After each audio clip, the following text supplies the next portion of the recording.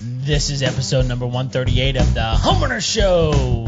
Whether you're a DIY or looking to hire, we're here to help you find the best information and options for you and your home. My name is Kevin Hackett, and here with me is Craig Williams. Hello, and welcome to the Homeowner Show. We're glad that you could join us for this. Well, it's a late night edition of the show, Kev. Dude, it's super late. It's the Homeowner Show at night. Yeah, I mean, let's be honest. We've done some late night stuff before. we could have started an hour and a half ago, and yet here we are, just starting for the first time. Oh yeah. So like we've done some upgrades to the studio. We got some new mics rocking. We got some new gear rocking. Yeah. Which is great because I was just able to take away the bumpity bumps without actually having to cut out the bumpity bumps. Gosh. So I'm feeling particularly giddy about everything right now. Well, you should be, because that's one of the things that I think the people that know us well, I think they probably bet on us secretly. Like, are we going to get the bumpity bumps this week? Which one are we going to get? Are we getting the bumpity bumps or no bumpity bumps? It's a fun drinking game. Yeah, no, it definitely is. Because you never know. You never know. It could be one or it could be the other. Yeah. So I was I didn't tell you about this earlier. I made a fun upgrade to my home today. Okay. Yeah. So you know the house. Yeah. How? Well, it's weird. It's weird. Yeah, it just is. So we have one area of the house where we can watch TV. Yes. Basically the first floor. The first floor. Yeah. So, which is a struggle because sometimes the wife and I have things that we want to watch. And there's these annoying other people that live in the house with us. They're called children. Yes. Yeah. And they don't like to watch the things that we want to watch, and or they want to use the TV when we want to use the TV, which is not that often. Right. We're not big TV people, but we have a second TV, but just like the way it worked out, it ended up in the same room, which was just dysfunctional. So you basically have two TVs in the same room. Right. Poor choice. Yeah. So we didn't want a TV upstairs. Right. Basically because there's not a place to put it. But there's been 3 or 4 occasions now where my wife has said, man, I really wish we had a TV upstairs so that, we could go send the kids, they can watch whatever they want. We can stay down here and we can watch our shows. Right.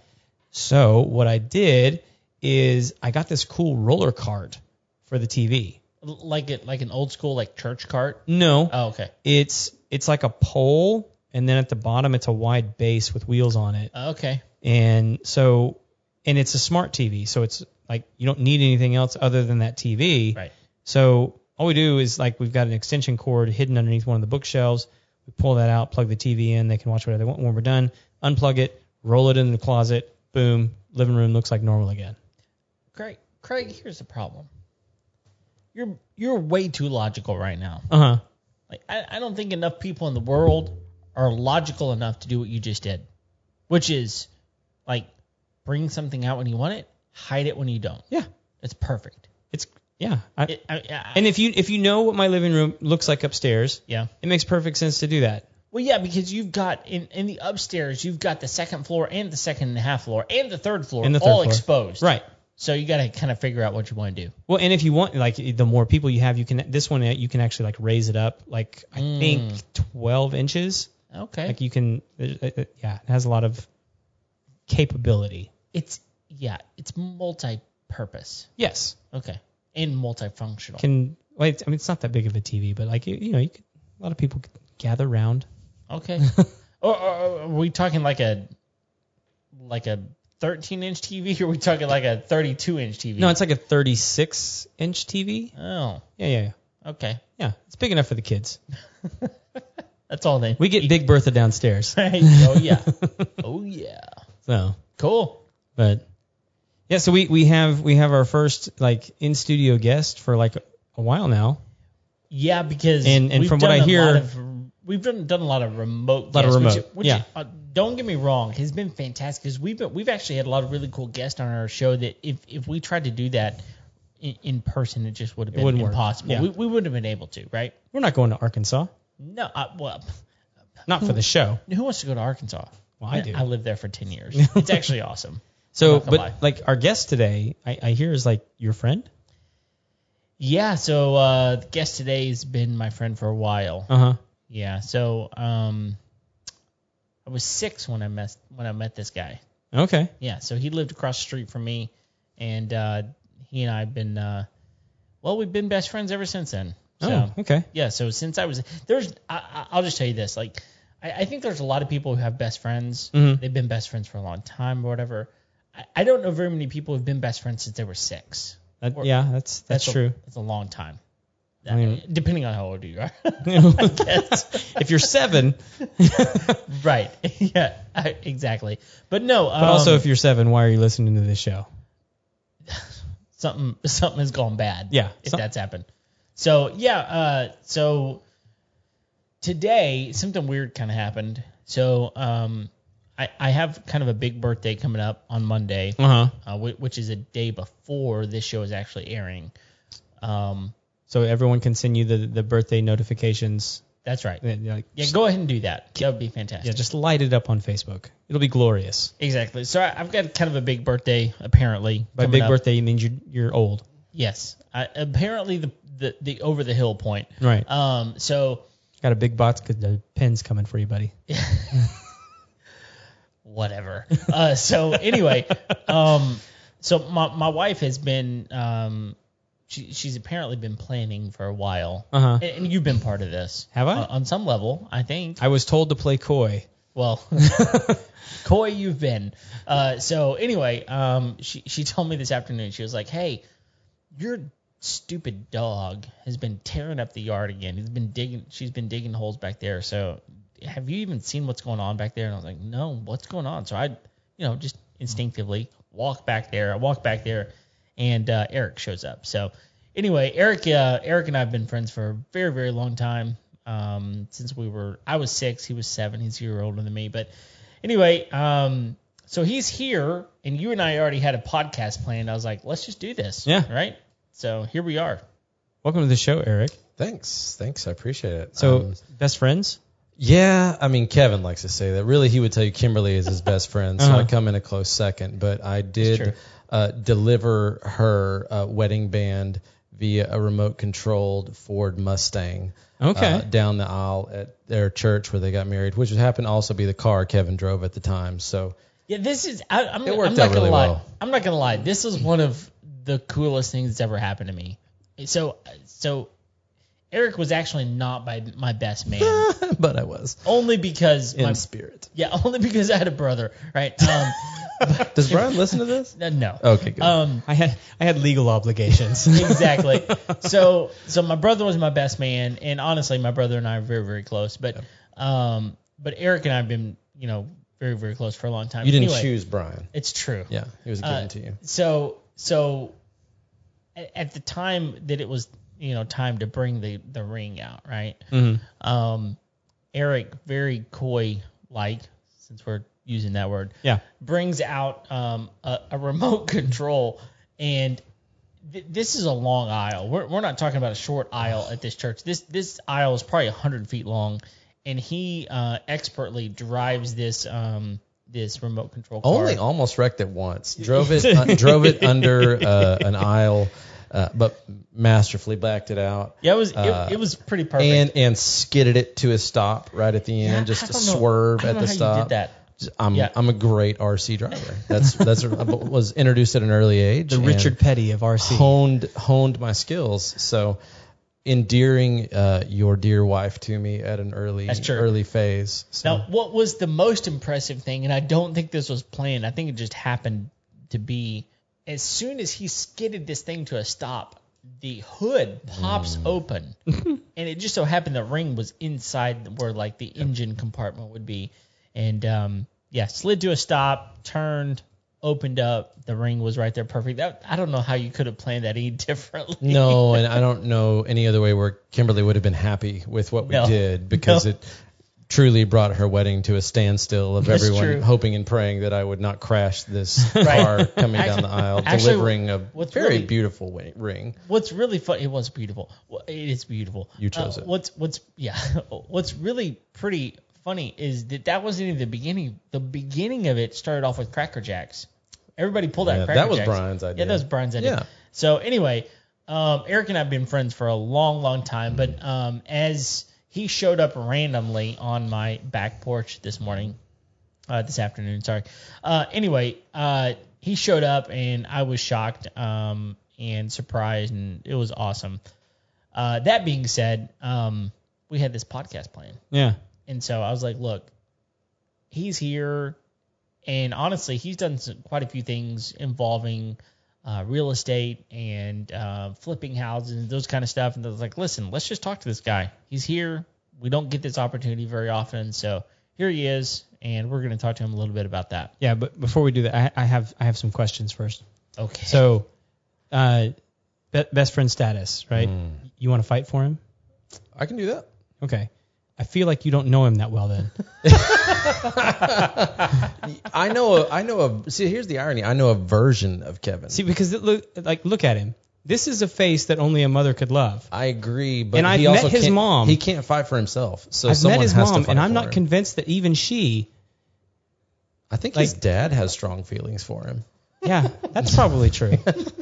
I don't know that they're like warm, fuzzy feelings. No, but they're paternal instincts nonetheless. And like, okay, so like, it's his birthday. We got to pick on him. I would do it. Okay, no one is better at picking on Kevin than me. You picked the right person. If that's what you want to do right now. All right. I'm feeling better about you already.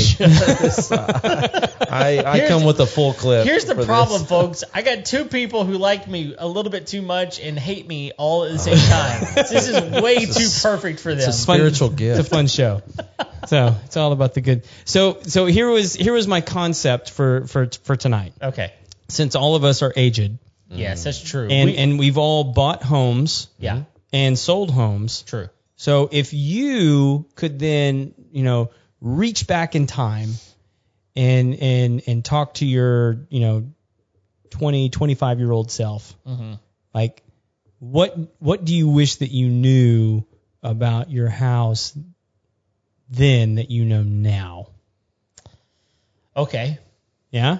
I'm down. We can do that? Yeah, sure. Yeah. So, because all of us are kind of in like different situations too, Kev. I know you're looking for some property and wanting to build. You're actually in the middle of building, right? Yep. And I don't know what the heck I'm doing. You've got the weird house. Yeah. We all know that. So obviously I don't know what I'm doing. But we'll get it sorted. Sure. The good news is I'm still better off than I was then. True. So, let's do this. What was first home, bedroom, bathroom, square footage? All right, Eric, you go first. First home that I purchased was new construction. So I would have to venture into both my first two homes. First home was new construction. I was single at the time, and it was $1,398, 3.2. It was in a brand new neighborhood, and I bought it 2 months before they actually finished construction, so I was able to pick some of the finish out. That's nice. It really was, and one of the best parts about that home, being that it was a 3-bedroom under 1,400 square feet, was there was not a single hallway in the entire house. Wow. There was, you have basically a 20 by 20 living room, which is gigantic for a home of that square footage. Every bedroom came off the main living area.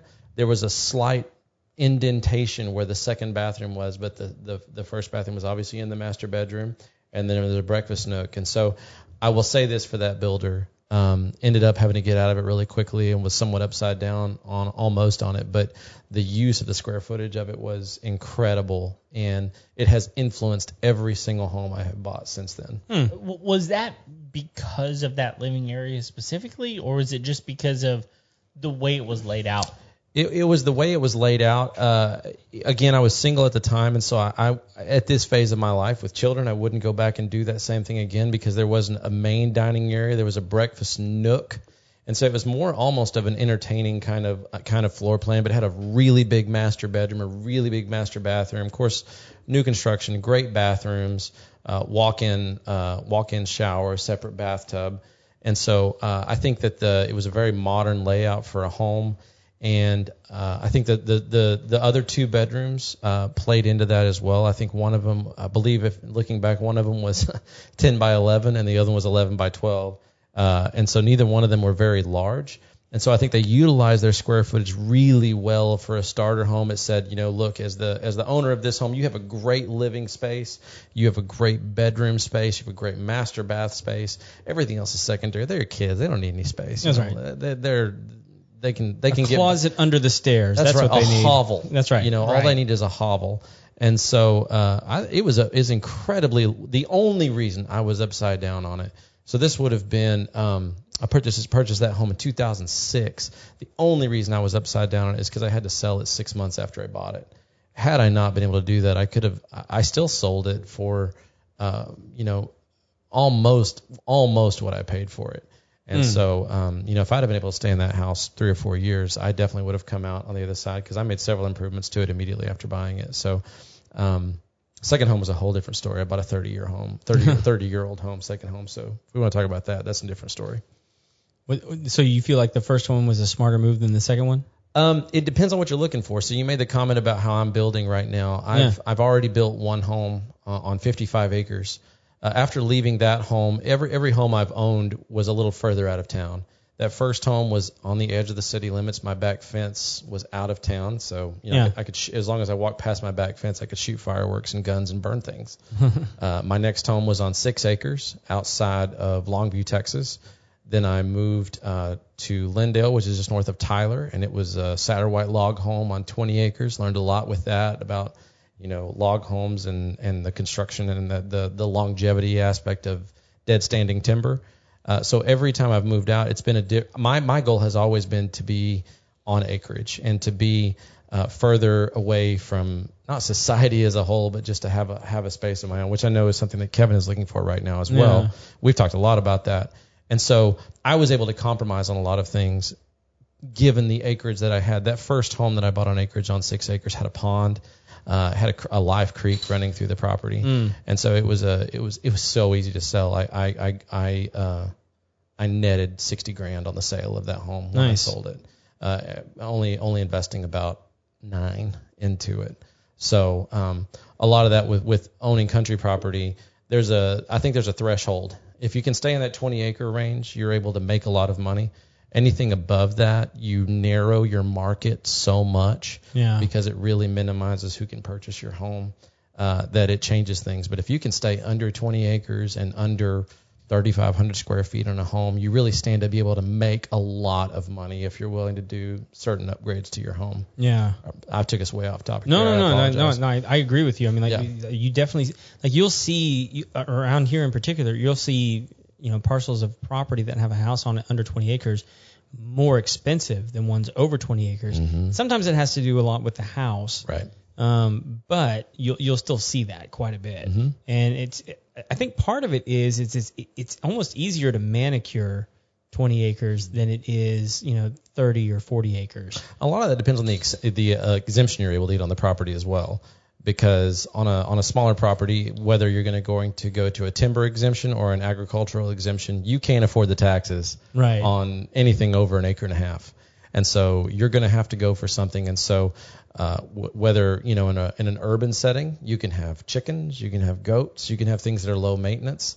That's going to get you your ag exemption. But if you're regularly harvesting timber off the property, like my property in Lindale, you're able to not have to have that animal exemption and still basically only pay your taxes on your homestead. Yeah. And so without that, I looked at a property that was 20 acres that had no agricultural exemption, and the monthly taxes on the home were more than the mortgage. Jeez. And that's not surprising. But no, it's not. But when you look at a listing price, and that's something you need to consider when you're looking at the price of a home, is all the other things on the outside of that. It's not just what your monthly mortgage is going to be, is what's your insurance going to be, what's your upkeep going to be. It had a pool, and so what would the upkeep on that be? But then when you see that the county taxes, and you look at, even though you're not in the city limits, if you have a junior college in your county, you're going to be paying into that. You're going to be paying into your school district, and so it's not just the mortgage. There's so many other things you have to consider when buying that property. Yeah, well, even on that, I mean, if it's an unexempted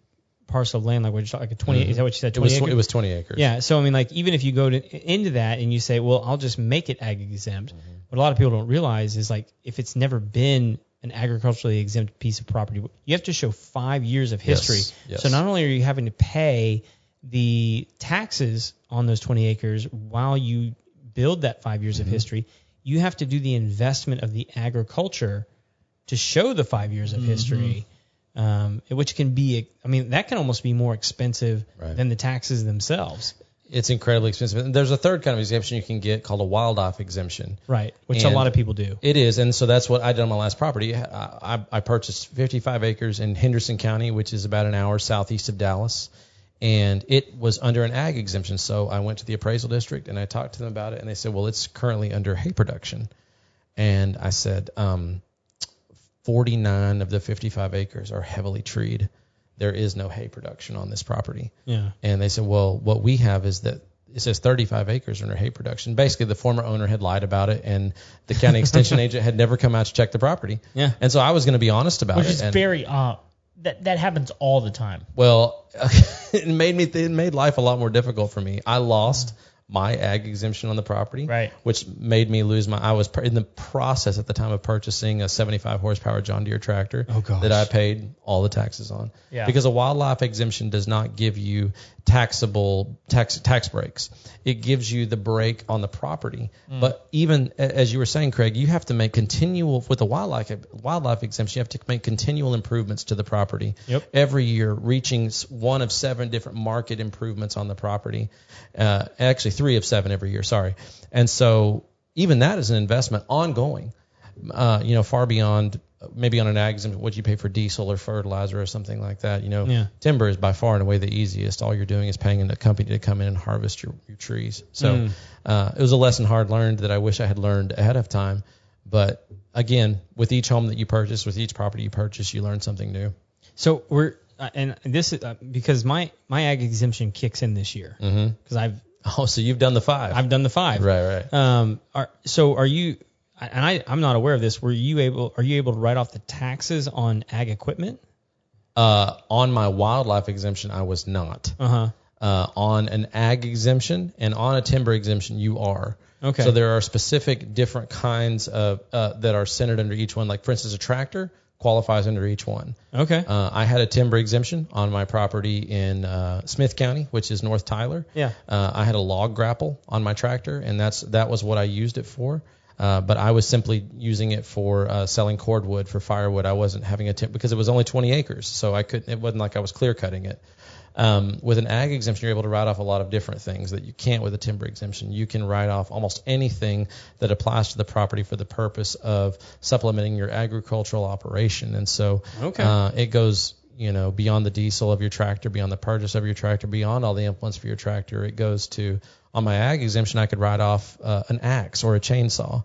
On my timber, but on my ag exemption, if I had kept that, you can write off feed for your animals. You can write off an incredible amount of things, many more than a timber exemption. Timber is very specific. If you go on the Texas State website, you'll see about 25 things that you can write off. The ag exemption is way more encompassing. Okay. It's just that it's nothing I've ever had. I could have kept it if I hadn't wanted to be honest with the appraisal district, but you got to live with yourself. Yeah. Absolutely. So there's a laundry list of things you can write off. I'm gonna check that out. I mean, mine's for bees, but that counts. That counts. That is what a lot of small, anything between that 5 and 10 acres, which I think is what you're on here. 6. Yeah. That's what a lot of folks do. A mutual friend of Kevin and I, Danny Snell, he raised bees for many years until they died in a hard freeze, even though he had hay, surrounding the beehives, and so that's what a lot of folks do. Yeah, it's one of those deals where. It's funny how some of those things work because so many people can get away with saying they have an ag exemption of some sort because they're inundated with the people that come out and check all those things. They're inundated with people saying, "Look, we've got an ag exemption." They're not checking all of those things all the time. So there's a lot of people that are lying about that. In fact, Craig and I have a mutual friend who.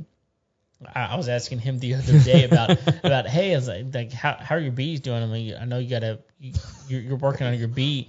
Bees? And he was like, yeah. So I know I'm supposed to have bees, but they swarmed multiple times, and I haven't gone and bought new ones. But that's one of those things that unless someone is coming out and regularly checking those things. We are in no way advocating that you should lie about this thing, but there's a lot of people that do, unfortunately, and so you gotta live with like you said, Eric, you gotta live with yourself and kind of figure out like what am I willing to do, what am I able to do, what am I going to do in order to make sure that I'm living up to the thing that I'm telling people that I'm living up to. Well, I can tell you about myself that I'd recently sold back in January. That property was sold, the 55 acres that I purchased, and the county extension agent came out to that property for the new homeowner to look at it and kind of evaluate their ag exemption. I live in a county that only has about 30,000 residents for the whole county. Y'all are in a much more densely populated area here. And so, the ability for them to come out and examine an individual property is much more probable than it is here. So I would readily assume that people abusing that happens a lot more often. Is that a county agent? Uh-huh. Okay. Yeah, county extension agent that comes out. Mm-hmm. Yeah. So I don't know that a lot of people realize how bad that problem is, where people aren't being inspected on a regular basis. Yeah. Mm-hmm. In my business, we get inspected every other year, and please don't hear me saying I would like to be inspected more. But I would like other people who aren't as responsible as the way that we do things to be inspected more, or people who have had serious strikes have more frequent visits or sooner visits or different things like that. And so it really frustrates me when I hear things even our county agent, when I told him what we were doing and I established our history 5 years ago, he told me, hey, just give me a call when you're done. And I said, cool, you're just going to come out and check it? And he goes, no, I'll probably just do a phone call. Yeah. And it's it's because he has bigger fish to fry. Sure. He's really not interested in coming out and doing a look-see at my 6 beehives, because it's not worth his time. Right. But at the same time, if I were a dishonest person, hey, do you have 6 beehives? Yep. Here's a picture. I found it on Google. That's right. Right, exactly. And it's one of those deals where so many people could say, yeah, it's not a big deal. They're probably not coming out here anyway. So you really kind of got to figure out, what is it that I'm going to do? And at the end of the day, Craig and I would tell you, just do it the right way. Because at the end of the day, that's what you're supposed to do. Yeah. And that's what you're legally obligated to do. And just because someone doesn't necessarily check it up on you doesn't mean that you shouldn't do that, right? Yeah. Yeah. So, all right. So to circle back around, first house, what do you wish that you knew then that you know now? Let me go to my second house, because my first house was I just kind of slid into it. I bought a 1980 square foot, also built in 1980 square foot home. Had the it had a heat pump in the home. So the compressors on the exterior of the home were what you would call now the style that are used in mobile homes. They were long, low, and rectangular. They were 27 years old. And, I wish I had, having had a brand new home for my first home, I literally didn't even have an inspection done on it. It's not even required for your insurance company to have you to do that. And so I had an inspection done on this home, and one of the smart things that I did, they came and cleaned out the ventilation system as a result of that. They checked the HVAC and everything was working. But one thing I learned that I wish I had put money back for at the time, and ended up working out okay. But, at 27 years old, for your compressors and heat pumps, that is past the life expectancy of those units. And what we learned is that in and down here in the North Houston area, y'all don't experience cold temperatures near as much as in the North, the Dallas area. But, we were closer to Shreveport at the time, and we would get dipped down into the 20s, probably about 2 weeks out of the year. Yeah. And 24/7 that heat pump ran. It never got to the temperature that we wanted it to get to because the insulation was poor in the home. And so 2 things I wish I had learned about, I had prepared myself for. One is the fact that really right off the bat, those the units needed to be replaced, because not only did they not heat the house to the degree that we wanted it to be heated, but my electricity bills because everything was electric. There was no gas on the property at all. And that's something to look into when you're looking at a property as well, is do you have natural gas resources, or are you willing to put in a propane, exterior propane tank, which is what I did on the last house that I bought, and I'd do it again in a heartbeat. So I didn't know either one of those two things. And number two is going and looking at sufficient insulation in your attic. You're not able to just, rip your paneling off your walls, which we didn't have drywall. That tells you the age of the house. It was delicious wood paneling in that house. Oh, yeah. Yummy. Different textures and colors, and it's just wonderful. But there was not nearly enough insulation in the second floor. And so, having somebody come in and really explain to me at the time, a 28-year-old, that this is what you want. This is the amount of insulation you want. You have kind of a minimal insulation. You've got 2x6 joists up there, and I can still see the top of all of them. And so, I'm talking about 4 inches of insulation in my ceiling with a heat pump unit that can't keep up with it. And so my electricity bills are through the roof, which I could have helped a lot of that by going in initially and just adding a little bit of extra insulation to the home. And so I think number one, that would have been my biggest thing up front, because it really cost me. I was able to come in and replace those units, but at the same time also add insulation. So really cut back on all of those at the same time. Hey, Craig. Yes. Maybe you should spend a stimulus check on that. Listen to our episode a few episodes back where I specifically said it's a great way to spend your stimulus check is on insulation. Not on big screen televisions. Well, that's funny, because we actually talked through those things. Yeah. It's like there's some things that you can do to actually improve your home, and most people don't look at things like insulation, but it can really, really save you. And what you're telling me is that for you specifically, looking at some of those things, like this is something that can significantly change the value of my home, and it can also change the monthly bills that I pay for my home, and how my HVAC system actually works, and the longevity that I'm going to get out of those things. So like, it's a big deal. Yeah. So. Well, at the time there were a lot of available tax credits for going in with energy efficient systems, and so this really plays into the idea of the stimulus check. We were gifted some money from an oil lease that a family member got, and I've never cried at a Christmas present before in my life, but was given the option of $3,500. Now the whole system in and of itself was about $8,000.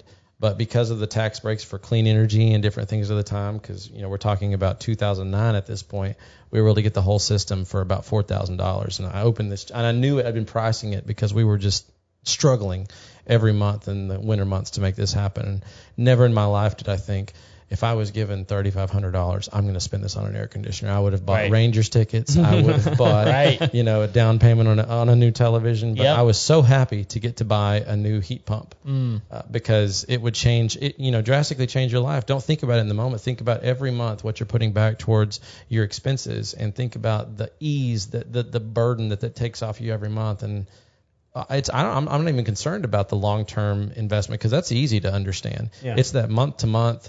I can exhale this month, and it made a huge difference in our life at the time. That's actually the most mature thing I've ever heard him say. Oh. It's because we only talk about immature things. That's your fault. It's either that or you don't talk that often. That's right. It's not the truth. That's funny. All right, Kev. First house, square footage. Yeah, bedroom, bathroom. So first house we had that we ever owned was it was a 2.5, and interestingly enough, it was only 1950 square feet. But this thing felt bigger than that, though. Man, it felt so big. Like this place had 2 living areas and a really big kitchen. It had a whole addition on the back end of it that was basically a living area, a master bedroom, and a bathroom in and of itself. And it was laid out, and it's funny. We talk about this house. That second living area with the additional master bedroom almost made it feel like 2 houses combined in a lot of ways. Yeah, it did. So I would expect this house was probably like a 1,500 square foot house before that addition was put on. And so yeah, it was a great house. The layout was really, really good. 1950, it felt much bigger than that. It was no big deal for us to have multiple times. We had like 20 plus people in that house just because of the job that I did and the things that I did in that house. But yeah, really nice backyard. Really sounds like you're in a bad Tom Cruise movie at that point. The things I did in that house. The things I did in that house. We had a really nice backyard. It was, we lived in Arkansas at the time. We got a really good deal on the house. We felt like just property values are trash in Arkansas. Yeah, no doubt. They really weren't great at the time. Plus, we bought it in 2009, so I mean the housing market was not very good at that time. We had 2 sheds in the backyard. One of them was fully air conditioned and insulated and tile floor. Great deck on that house as well. Yeah, the deck was really, really nice, and then we actually added on to the deck. So there are some things we learned about this house early on. It was like what are the types of things that you can do to increase the value of the home? And one of those things is just livable space. Like, what can you do to increase the livable space? And so 1950, I mean, a lot of people look at that and go, man, that's not very much, especially whenever you look at a 4.2 1/2. I mean, that's a lot of bedrooms and bathrooms. A lot of small bedrooms. A lot of small bedrooms. Yeah. It feels like that, but they really didn't feel that small. But so one of the things we did was we were able to increase the size of the deck. We had a pretty good sized deck, and we added on to it. And so you look at the types of things you can do outdoor living and ways to just kind of increase the space in the house. And the other thing that we did, you mentioned insulation. We added insulation. We added gutters on that house. It had gutters, but we replaced them. There's a lot of little things that you do like this that homeowners that come into a house behind you go, man, those are things we don't have to do. We don't have to worry about those types of things, right? So, what are the types of things you can do to a home that go, look, these are going to increase the value of my home. Maybe I can't increase the square footage of my home, right? Maybe I can't increase. I mean, this house had probably the biggest downside of this house is a 1-car carport. And we, like, if you were actually looking at the types of things that you wanted in a house, we wanted a 2-car garage. We got a 1-car carport. That was usually filled up with your camper. Yeah, it's actually true. We had a little pad on the side of it. We put our camper on it. So, those are some of the things you kind of go, okay, we can compromise on these sorts of things. But, it had good storage in the house. It had a good outdoor living space and those sorts of things. But, we lived in that house for 7.5 years. We loved that house. To this day, there are types of things we kind of talk from time to time. Like, if we were to build a new house, we would probably incorporate some of the things that were in that house just because it was laid out really, really well. 1,950 square feet. You mentioned, Eric, a house that you had that was pretty low square footage. Yeah, 1,390. Right. Yeah. But it felt much bigger than that, Yeah. So anyway, that was our first house. Yeah. So what do you wish that you knew then that you know now? Dude, I didn't know anything. so I knew just nothing. Something. I knew nothing. When we bought this house, it was our very first house that we ever had purchased. And you didn't even grow up in a house that your family owned. No, we lived in a parsonage. Yeah. We lived in a house that was owned by a church, and it was a pretty nice house, to be honest. But a lot of those things were farmed taken out. care of by other people. Yeah. So like if we had a plumbing issue, we just called the plumber and someone else paid for it. So I really didn't grow up having to take care of a house in any way, shape, or form. I mean, I had to mow the grass and those sorts of things, but beyond that, other people took care of it for us. So this was a huge learning curve for us because we had to figure out, like, what do we want? How much do we pay for this thing? And what kind of upkeep is it? And here, I'll tell you one of the things that was really interesting. I think one of the things you have to look at whenever you buy a house is just think about, okay, how do you take care of your most valued possessions? How do you take care of those things? I mean, I looked back after living in that house for about 6 years. I looked back at the inspection. I had never looked at it before, and I noticed that there was only like one thing on that inspection that we hadn't fixed in that amount of time. It was little things that we were like, we need to check on this, we need to check on that. And I think one of the things we learned that we didn't know is just how to take care of a house. Yeah. Is to notice things. It's like, look, there's a crack in the ceiling over there. Where did that happen?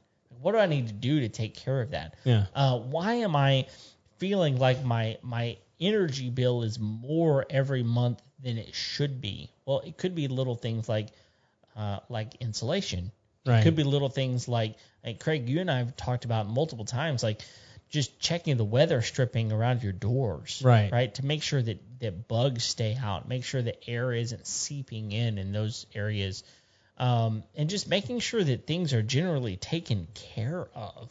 I think a lot of people just they don't think about the things that just need to be taken care of so that you don't wind up with a big problem down the road. And so we learned a lot of those types of things living in this house. Just what I kind of liken it to the first camper that we ever had, which was a piece of junk in many ways. But it was like we learned a lot about just how to hook up a camper, right? Things that we need to have in the camper in case something went wrong, those sorts of things. And as we bought a new camper from time to time, it's like we learned things along the way. And so I think sometimes you get into that first house and you go, man, I don't know how to do this, but I'm going to figure it out. Right. That's half the battle, is just choosing to figure it out along the way. So, well, and seeing that house before and then seeing it house after, I think one of the things that y'all learned is how to increase value in your home. And so y'all did a remodel. Yeah, we did. Part of the way through that, and little things that are beyond just the kitchen and the bathroom. So I think are the first places that people usually tend to invest their money. You did something that's simple, but for a person coming in, a prospective buyer coming in to look at their house, you built a media closet. Mm-hmm. And so you routed all of your things away from a console that would be sitting on the floor. You put your receiver, you put your Blu-ray player, you put all your gaming things in that closet, hid it away from I use IR receivers to kind of fix all that. And so it's something that really increases the beauty of your home from the outside eye, and it helped you in the process of not just being a homeowner, but being a seller of that home, for someone to come in and see this. This is a well-maintained home. This doesn't look like a 25-year-old home.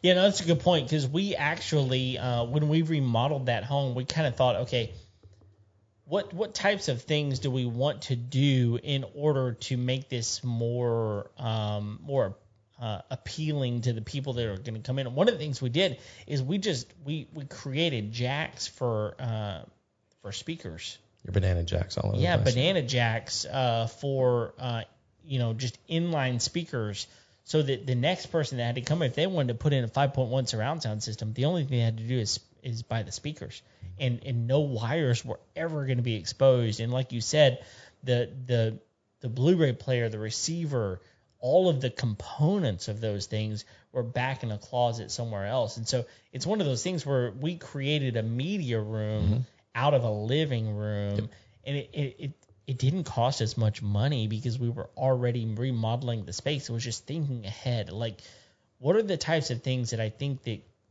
an investor someday down the road would look at this and go, this is a great house. I don't have to invest this money. It's already been invested. What didn't really cost us that much more. We were already doing the remodel, right?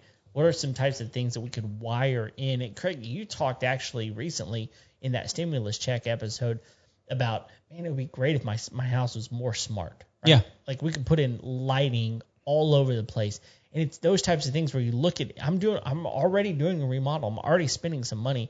What type of wiring could I put in here so that someone down the road doesn't have to think through this again? Those types of things, you look at them down the road and you go, man, I made a really smart choice because I'm able to increase the value of my home, and it didn't really cost me all that much money.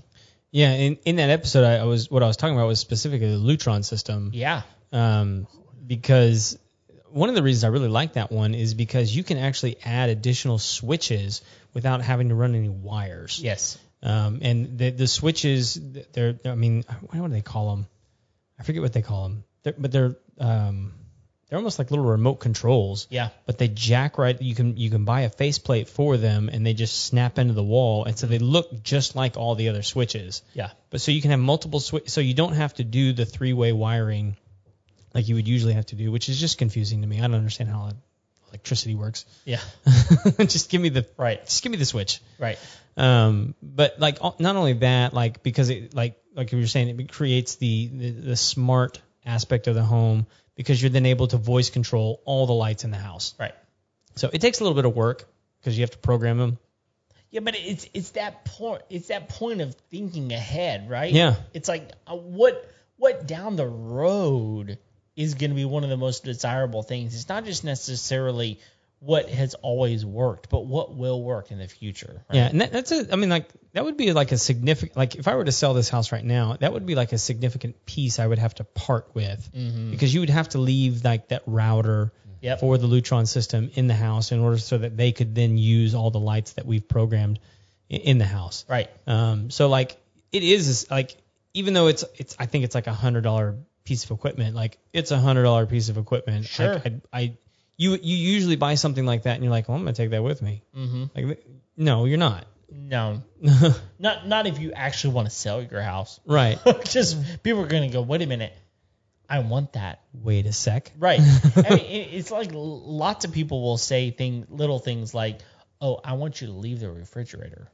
Right. Because it matches the other appliances. You're like, okay, fine. If I want to actually sell my house, I gotta leave the refrigerator, and then I'm gonna have to go buy another one, right? Yeah, that makes sense because if you have automated blinds, you want the thing that runs the automated blinds. It's a little bit different with the refrigerator because you can say like, hey, you can buy a refrigerator, but I can't make the blinds go up and down if you don't leave behind that $100 router. Right. So you're looking at that as view it as something that's affixed to your walls because those are the things you have to sell with your home. It's going to go with your home. Yeah, and if you do that correctly, then it's not going to be a big deal, right? You've built it into the price of the house. Like now your house is worth a little bit more because of those types of things. So it just makes sense. Yep. So.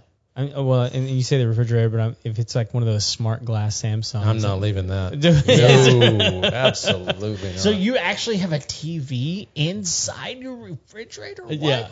I will leave you a refrigerator. I will not leave you this that refrigerator. That's right. This refrigerator knows my name now. I've taught it my name. Right. Good old cracker from the garage. Yeah, that's right. All right, so Craig, tell us about yours. So mine was a 2,200 square foot 4.2. Okay. And I think technically the fourth bedroom was like an office / bedroom. Sure. A lot of people use them for bedrooms. It was actually a model home. Oh. So it was a negotiation between my wife that we even ended up in a neighborhood for our first home. Because I would have been more happy underneath a tent on some land, but we couldn't afford that when we first got married. We could have afforded the tent and the land. Just the land, not the tent. Yeah, exactly. So we would have had to, kill the yak and then skin him and all that kind of stuff. Beautiful. So analogy. it would have taken some time. We would have done it. But yeah, so it was a starter neighborhood kind of a deal, but we found a neighborhood that was closing out their construction process, and basically the only things that they had left were their model homes, and they were having a time unloading them.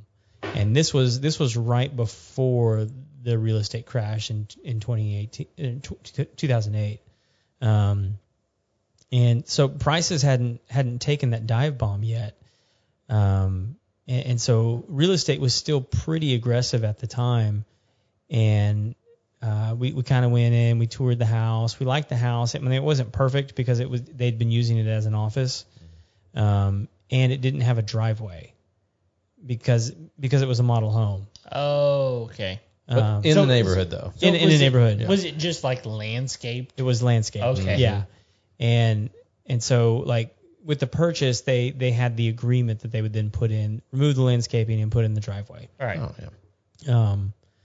So we went in, we liked it. It was going to be a good size house for us. I was in a similar situation with Kevin. We were going to be having lots of people over from week to week. Right. And so it was and it had a big open concept, which was nice because, the bedroom could sort of stay sequestered from everything else. And then, we could entertain people in the big open room.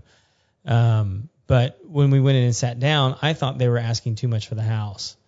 And so our real estate agent was like, well, what do you want to do? And I said, well, just offer them $20,000 less than what they're asking, because they're obviously not moving this house. It's the only two left. They had this one and then the really nice model next door, and they were going to have a way easier time moving that one. It's a bigger house. It was a prettier house. And I said, well, just offer her 20 below. And my my wife kind of like, gave me the elbow. It's like, you can't do that. It's rude. I can't imagine that your wife would have done that. And I said, no, let's just go ahead and do that. And like, if they don't like it, they can always just say no. Sure. Or, like it opens negotiations. Well, they took the offer. Nice. And so we were able to get into a much nicer house than and at a more affordable price. Right. And just because, now, I mean, like the crappy part is like that the value of the house tanked in like the next 6 months. That's just because of the nature of the market, right? Right. Okay. Yeah. Yep. So that sucked.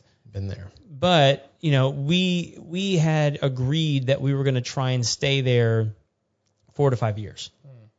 And it was a negotiation in our marriage, because it was like, I don't want to live in a neighborhood. Like I was like, I'm willing to be miserable for 4 years as long as we can work towards getting towards something else. Right. And it just so happened that when we sold that one, when we got ready to sell that one and we found the place that we're living in now, so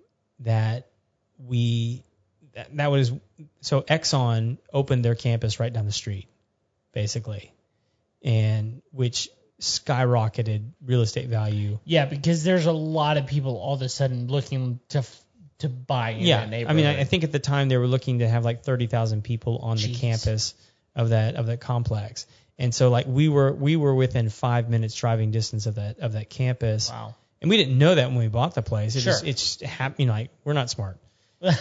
we just dumb lucked into that one. And so like when we put it on the market, we had international buyers with cash offers like the next day. Right. Because they wanted to basically flip it into a rent house. Sure.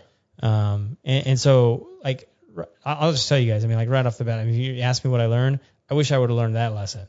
Like I wish I still had that house. Right. Because it's a cash cow. Yeah, because at that point it was worth a certain amount, but that Exxon campus isn't going anywhere. No, and like right now, like I know that house that we owned is worth 3 times what we paid for it. Wow. So I mean, like if nothing else, I could have just pulled the equity out of it. Sure. Like the what they call the phantom passive income. I mean, it's like money that like you just appeared out of nowhere because real estate values just went through the roof. So do you think there's something to be said for people that buy a first house, choose to buy a second house for whatever reason, whether they move or whether it's just a job situation, they have to move, whatever. Do you think there's something to be said about just owning that home still and renting it out? Oh, for sure. Okay. Yeah. I mean, like it gives you a lot of tax advantages for one. But two, I mean, like if you can make it to where it, what they call cash flow, where like, and what that essentially means is that the renter is paying more than what the mortgage costs you. Right. After all the expenses are paid, then like, why wouldn't you? Yeah. So, well, I would say the biggest barrier to entry in that mindset, that model is just, how am I going to afford another mortgage whenever I've already got a mortgage? Right. And I think a lot of that is just not understanding the real estate market, not understanding the fact that well, like right now it'd be really difficult to do that, right? Because like, well, sure, because the housing market right now is ridiculous. It is, and like here's what's ridiculous about it is because we've had this conversation about, because we could net about $200,000 by selling this place right now. Sure. Purely because it's just gone up in value that much, based off what people would be willing to pay for it. Yeah. But like selling it's the easy part. Right, but then you got to turn around and get into something else. Where do we go? Right. And like, what am I willing to pay to get into that? Yep. And like, I'm not, I'm just not willing to do that right now. I don't want to do that here. Right. The prices are just ridiculous. Yeah, because it's all relative, right? I mean, if the housing market is high, you're going to be able to sell your house at a premium, but then whatever you buy is going to be at a premium as well. Well, right? And with construction costs, what they are right now, that's what I'm running into. You mentioned earlier, Craig, that I'm looking at. I'm under contract on 34 acres right now. Yeah.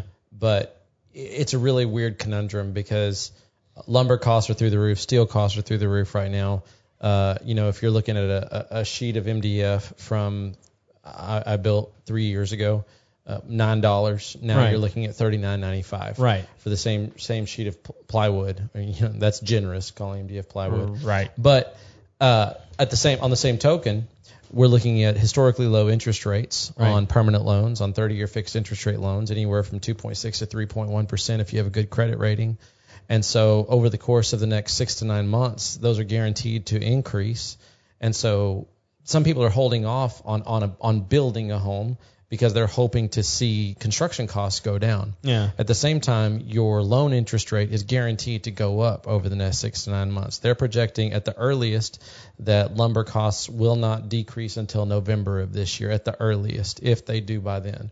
And so I find myself in this interesting position of, do I go ahead and build and get significantly less than what I got 3 years ago, but lock in an incredibly low interest rate, historically low interest rate, or do I wait, put myself in a temporary position, whether that be through, for us, what's going to be a travel trailer, and just, kind of stay on the property, the tent, if you will, and, do that for a little while. How does that affect my family, And so there's a lot of things to consider, and there's really no great answer. If you talk to anyone in the banking industry, it's all a kind of a toss-up. You may end up a year from now with lower construction rates, but in extensively higher interest rates. And so there's not a great answer to what we do right now. We're in a bit of a conundrum right now. If one of those was any different than the other, it'd be an easy answer. But right now, it's just the scales are kind of leveled out, and there's not a good answer moving forward. Yeah, when we were talking earlier today with our buddy Eric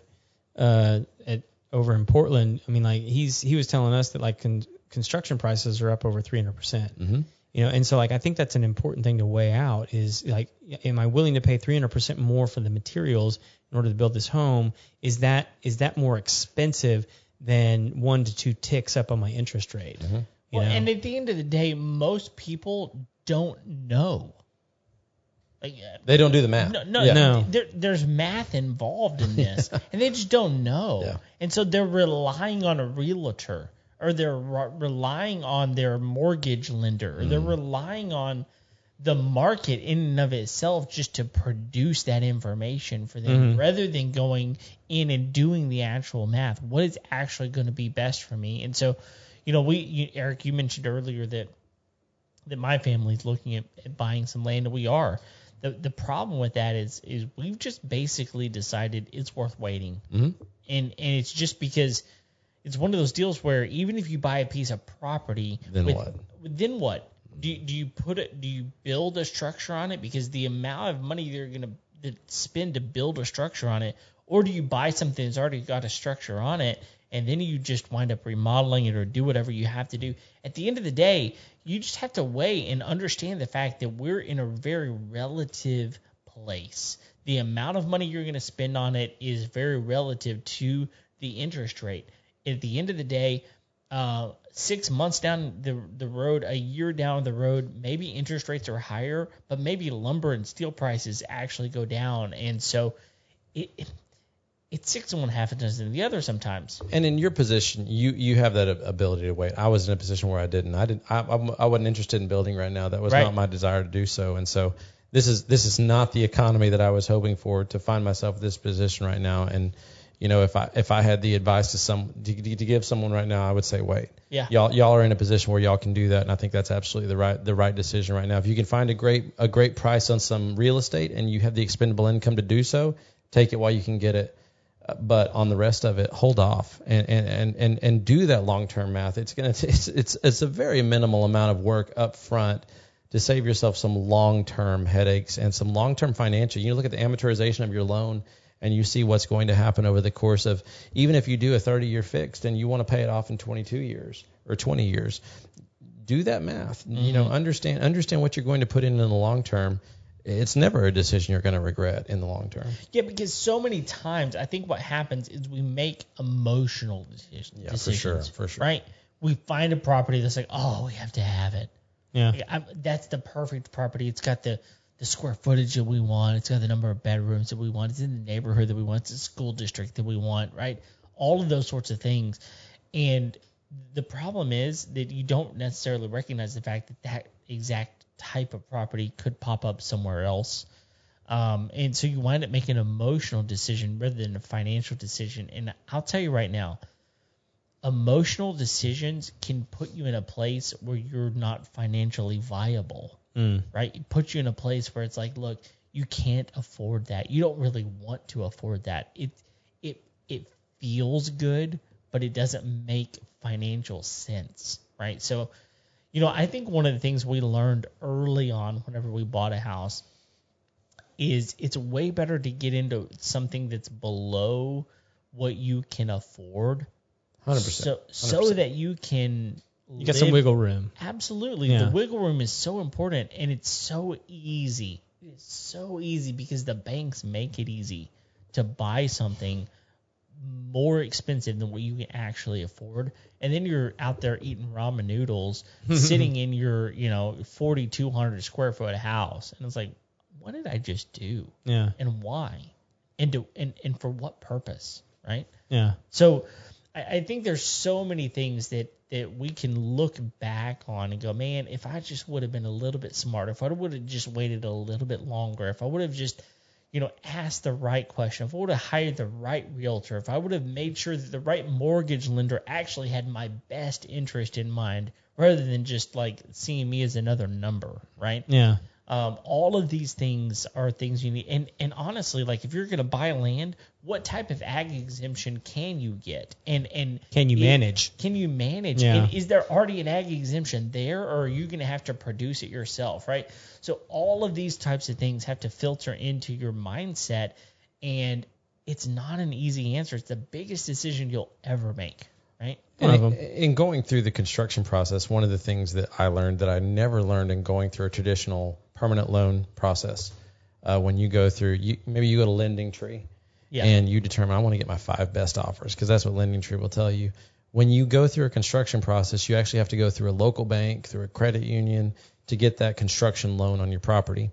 A banker is going to tell you, and this is the same thing that a mortgage company won't tell you, but it's true. They're going to lend you 40% of your income towards your mortgage. Yeah. Now, you can do some serious math, and you think, man, I can afford a lot of house. Well, you can. But when's the last time you actually put 40% of your income just towards your rent, just towards your mortgage? And the answer is never. Right. And so when you really go out there and you look at what I possibly can afford, and the bank tells you, yeah, we'll lend you that money, it's because they know this is the maximum livable amount that if you cut everything else out of your life, you can still afford it. Sure. And so the idea that just because you can afford something, as you were just saying, doesn't mean you should. Yeah, just because you can financially pull it off doesn't mean your life isn't going to be in shambles as a result. Right. You're cheating the system, and really at the end of the day, you're cheating yourself. Yeah, you're hurting yourself. Yeah, and so one of the things that I would say that you did really, really well, Eric, is you bought houses below what you could have bought, right? You spent a lot of time fixing those things up. And it could be little things or it could be big things, but at the end of the day, you increased the value of your home, you sold them at a premium, and so you were able to get into a bigger house, a greater amount of property, because you put the effort in up front, right? Well, I know you look at me and you think that's an incredibly good-looking man. And that's what I look at when I see the mayor, Rick. Well, it's easy when you're sitting next to him. Yeah, by comparison. I've never thought that. No, but I'm also almost 41 years old. I would say that's obvious, by the way. Yeah, thank you. What we I get carded everywhere I go. I'm a great looking 40-year-old. Yeah, man. they card everyone under 65. If I was mean, I would ask if it's like the AARP. But I'm getting the mailers already. I'm getting them. I'm the oldest person sitting at this table. But I'm not a mean guy. I wouldn't do that to you. You would never do that. I would never do that. No, and so what were we talking about? I don't know. Y'all derailed the snot out of me there. I had a great place I was going to. Oh man! All right, new topic. I honestly don't know. Craig, anything? What were he and I just talking about before that? I'm really just too proud of my AARP comment. Y'all ruined all of it. I should have a rewind and pause button right now. That's what happens when you're friends with gingers, man. Look at it. Oh. There's nothing you can do at that point. It just is what it is. Oh. But I'll tell you this, like I don't know who's listening right now, but what I do know is that I feel like we've thrown out a lot of really, really good stuff. I'm not lying. Of course you feel that way. No, I really do. I think there's a lot of people out there that if they listen to this and truly take to heart some of the things we've talked about, like there's a lot of people that could succeed simply by understanding where they're coming from, where they actually want to go, and the types of things that it's going to take you to get there. I think you remembered where you was going now. I was off camera, but my face just exploded. So you were discussing investments made over the last course of my life. Buying a home at 25. I think the American perspective, looking at it now, regardless of age, is I want what my parents have. Okay. And so kids are coming out of college at 23, 24, if they went to college at all. Mm-hmm. They've been living with their parents. They're like, I want what my parents have. I want a 3,500 square foot house on this lot. One of the things I early on acknowledged is my parents, who Kevin has known since early childhood, growing up on my dad's a cotton farmer. They worked their way up. I grew up in a very small home and moved my way up just the same way. And so one of the things I acknowledge is at 25, I'm not going to have the house that my 40-year-old parents have. Sure. And so in investing, building, adding on to, growing up in a multifaceted family, was able to do electrical work, was able to do exterior work, was able to work on drywall, on different, everything basically short of plumbing and foundational work. And so was able to net large sums of money on each home that I sold. Having said that, I purchased a home at 38 that I really felt like that was going to be the home I was going to retire in, and looked at it from the aspect of, in spite of a profession that does not pay incredibly well because of the investments that I had made over the years in homes and the amount I had netted, I was able to put down close to $250,000 from all of the money that I had invested. And so when people would look at my profession and my spouse's profession at the time, they would say, how did y'all afford this? And it was because of the fact that we weren't trying to be 40 at 25. Oh, man, that's huge. Yeah. And so we were living well within our means, underneath our means, and then we got to the point where we could easily afford more than we should have, and looked at it as a long-term investment, that we would not have a mortgage after the age of 65, that we could sell it and come out way on top, and looked at it as a retirement opportunity. And I think if more people were willing to live under, as you said, Kevin, underneath their means and not right at the line, then they would have the opportunity as they got older and looked to the future and made 5 and 10 and 15-year plans that I don't have to be my parents at 25, which is, I would say, not to the equality of COVID, but as a pandemic in our country, if I want everything and I want it now. Yeah. No, I think you're exactly right. I think it's one of those things where we live in a Burger King type of society, right? Like, have it your way, right? Yeah. And it's one of those deals where just incremental steps can put you in a really big place to win. And so a lot of those things equal certain things. Like Craig, you and I have a friend right now that their house flooded during this last freeze, and they bought their house really inexpensively. And then because they lived there for a long time, they lived there for close to 10 years now. Because of that, they're going to be able to sell that house after getting it renovated from the flooding. They're going to be able to sell that house for probably double what they paid for it, possibly even more than double what they paid for it. And over those last 10 years, they've been paying down that mortgage. Yeah. And so, again, here at the Homeowners Podcast, we do not advocate waiting on insurance to pay off the value of your home. That's exactly right. But that being said, like there's a lot of ways that you can say, look, if I wait another year, another 2 years, another 5 years, like the amount of things that I can possibly do from here, it makes a lot of sense. Yeah. So just be patient. Make sure that you're not over investing. Make sure that you're not getting into a place where you're over committing yourself. Those types of things will really, really pay off in the future. For sure. So. We'll do that. We've waxed eloquently on this for well over an hour. Dude, it's been... What happened to let's make this 30 minutes? Let's make this 30, yeah. Yeah, an hour and 10 minutes later, it's after midnight. Nobody is actually watching us live. Good for them. They're probably asleep. They have lives. They're like, it's bedtime. I'm sorry. It's fine. Somebody's going to watch this and gain some knowledge that I hope wasn't dropped on them. Oh, dude, tons of people watch this. I mean, like tomorrow. Yeah, I mean, they will. I mean, like the numbers on Facebook are strong. They're creeping up on YouTube pretty readily. Mm-hmm. But yeah, it's such a good topic because like I actually hope that like people who are potential first time home buyers actually listen to that. Yeah. So 100. Yeah.